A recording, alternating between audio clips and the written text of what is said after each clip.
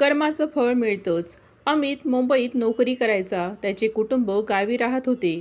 त्याच्या कुटुंबामध्ये गावी आई-वडील, भाऊ, त्याची बायको, त्याची मुलं आणि एक लग्न झालेली बहीण असे सर्वजण राहत होते. गावी त्याची थोडी शेती होती. त्या शेतीमधून फारसे उत्पन्न मिळत नव्हते, म्हणून अमित सुरुवातीपासूनच मुंबईला एका दुकानात काम करत होता.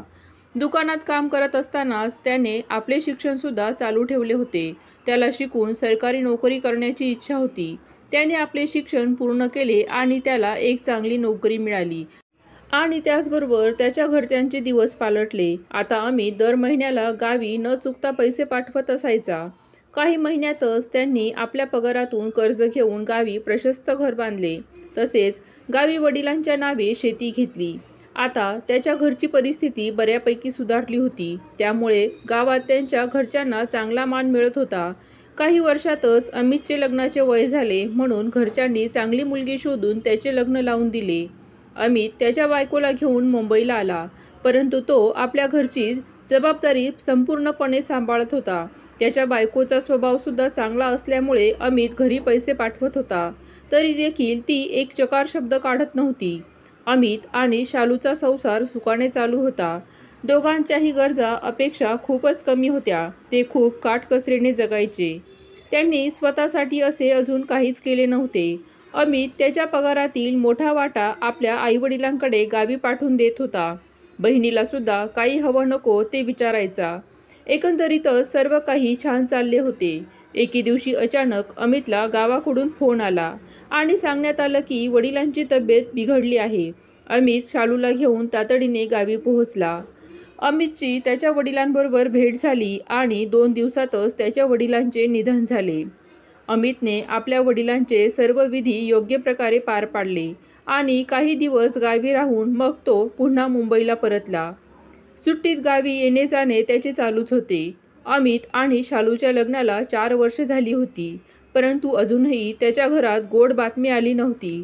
शालूने त्यासाठी खूप काही नवस केले, व्रतवैकल्ये केली, त्याचबरोबर डॉक्टरांची ट्रीटमेंटसुद्धा चालू होती. अमित शालूला नेहमी धीर द्यायचा आणि सांगायचा, देव नक्कीच आपलं ऐकेल आणि आपल्याला आई-बाबा बनवेल. अमित अशीच तिची समजूत काढत असायचा. देव आपले नक्कीच ऐकेल या आशेवर ते जगत होते. एके दिवशी पुन्हा अचानक गावावरून त्याच्या भावाचा फोन आला आणि त्यांनी अमितला सांगितले की आईची तब्येत बिघडली आहे. तेव्हासुद्धा अमित तात्काळ गावी पोहोचला. तेव्हा त्याला समजले की आपल्या आईला कॅन्सर झाला आहे आणि ती आता शेवटच्या स्टेजवर आहे. अमितने तरी देखील आपल्या आईला अनेक दवाखान्यांमध्ये दाखवले, पण त्याचा काहीच उपयोग झाला नाही. त्याची आई महिनाभरातच हे जग सोडून गेली. त्याने आईचे सर्व विधी पार पाडले आणि काही दिवसांसाठी तो शालूबरोबर गावीच थांबला.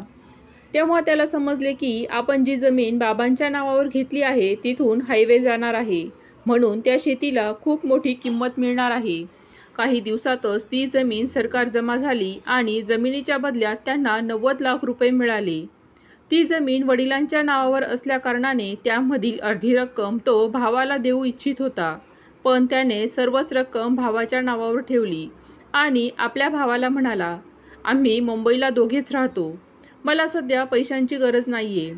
मला पगारसुद्धा मिळतो. हे पैसे तुझ्याच नावावर राहू दे. मला गरज पडली तर मी तुझ्याकडून मागून घेईन. असे म्हणून अमित शालूला घेऊन मुंबईला परत आला. तो मुंबईला येऊन 2 महिने झाले असतील. तेवढ्यातच मुंबईमध्ये महामारी येऊन ठेपली आणि सगळीकडे लॉकडाऊन झाले. अमित आणि शालू घरातच अडकले. अमितचे ऑफिस जाणे सुद्धा बंद झाले होते.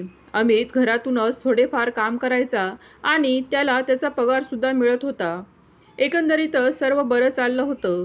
अमित आणि शालू व्यवस्थित काळजीसुद्धा घेत होते. अत्यावश्यक कामासाठीच ते घराबाहेर पडायचे. लॉकडाऊन व्हायला आता साधारण 3 महिने व्हायला आले होते. तेव्हा अमितला अचानक त्याची तब्येत थोडी बरी नसल्यासारखं वाटू लागलं. आपल्याला महामारीने वेढलं की काय या भीतीने तो स्वतःला एका रूममध्ये शालूपासून वेगळा राहू लागला होता. त्याने स्वतःच्या टेस्ट करून घेतल्या तर ती पॉझिटिव्ह आली, म्हणून तो उपचारांसाठी हॉस्पिटलमध्ये ॲडमिट झाला. सुदैवाने शालूची टेस्ट निगेटिव्ह आली होती. अमित उपचारांसाठी दवाखान्यात ॲडमिट झाला त्याच्या घरापासून जवळच एक खासगी हॉस्पिटलमध्ये तो भरती झाला. तो उपचार घेत असतानाच त्याच्या तब्येतीमध्ये सुधारणासुद्धा होत होती. त्याला थोडे बरे वाटू लागल्यानंतर परत त्याची टेस्ट केली, तेव्हा ती निगेटिव्ह आली होती. आता अजून 2 दिवस थांबून त्याची टेस्ट करून ती टेस्ट जर निगेटिव्ह आली तर त्याला डिस्चार्ज मिळणार होता. पण डिस्चार्ज मिळण्याअगोदर हॉस्पिटलचे बिल भरायचे होते. शालू अधूनमधून हॉस्पिटलला अमितला पाहण्यासाठी जात होती. अमितची टेस्ट निगेटिव्ह आल्यानंतर डॉक्टरांनी अमितचे बिल शालूच्या हातात दिले. 1.5 लाख रुपये बिल झाले होते ते. बिल भरल्यानंतर अमितला डिस्चार्ज मिळणार होता. इतके बिल पाहिल्यानंतर शालूला तर धक्काच बसला. तिने याविषयी अमितला काहीही सांगितले नाही. अमितला दवाखान्यातून डिस्चार्ज मिळायला अजून वेळ होता, परंतु शालूकडे एवढे पैसे नव्हते. तिच्याकडे जेमतेम 40,000 रुपये होते, म्हणून तिने नाईलाजाने अमितला सांगायचे ठरवले. परंतु अमितसुद्धा आताच 5 महिन्यांपूर्वीच गावावरून आल्यामुळे त्याच्याकडे सुद्धा पैसे नव्हते, कारण तो जमवलेल्या पैशातून दर महिन्याला गावी पैसे पाठवतच होता. त्यामुळे त्याच्याकडे पैसे शिल्लक नव्हते. म्हणून शालूने अमितच्या भावाकडे पैसे मागवण्याचे ठरवले. तसेही शेतीचे मिळालेले पैसे त्यांनी भावाच्या नावावर ठेवले होते, म्हणून शालूने अमितच्या भावाला फोन केला आणि अमितला महामारीने वेढले होते असे सांगितले. त्याचे मेडिकलचे बिल भरण्यासाठी काही पैशांची गरज आहे, म्हणून काही पैसे पाठवण्याची विनंती केली. तेव्हा अमितचा भाऊ जे काही बोलला ते ऐकून शालूला तर धक्काच बसला. अमितचा भाऊ म्हणत होता, अमित मुंबईला जाऊन 6-7 वर्ष नोकरी करत आहे. त्याच्याकडे साधी 1.5 लाख रुपये सुद्धा नाहीत का? मला माहिती आहे तुमच्या डोळ्यामध्ये ते शेतीचे पैसे खुपत आहे. तुम्हाला एवढ्या पैशांची काय गरज आहे? तुम्हाला तर बाळसुद्धा नाही. आणि पैशांची जर एवढीच गरज असेल तर तुझ्याकडे दागिने आहेत ना? मला माहिती आहे अमितला पैसे नकोत, म्हणून त्याने सर्व पैसे माझ्या अकाउंटला ठेवले आहेत.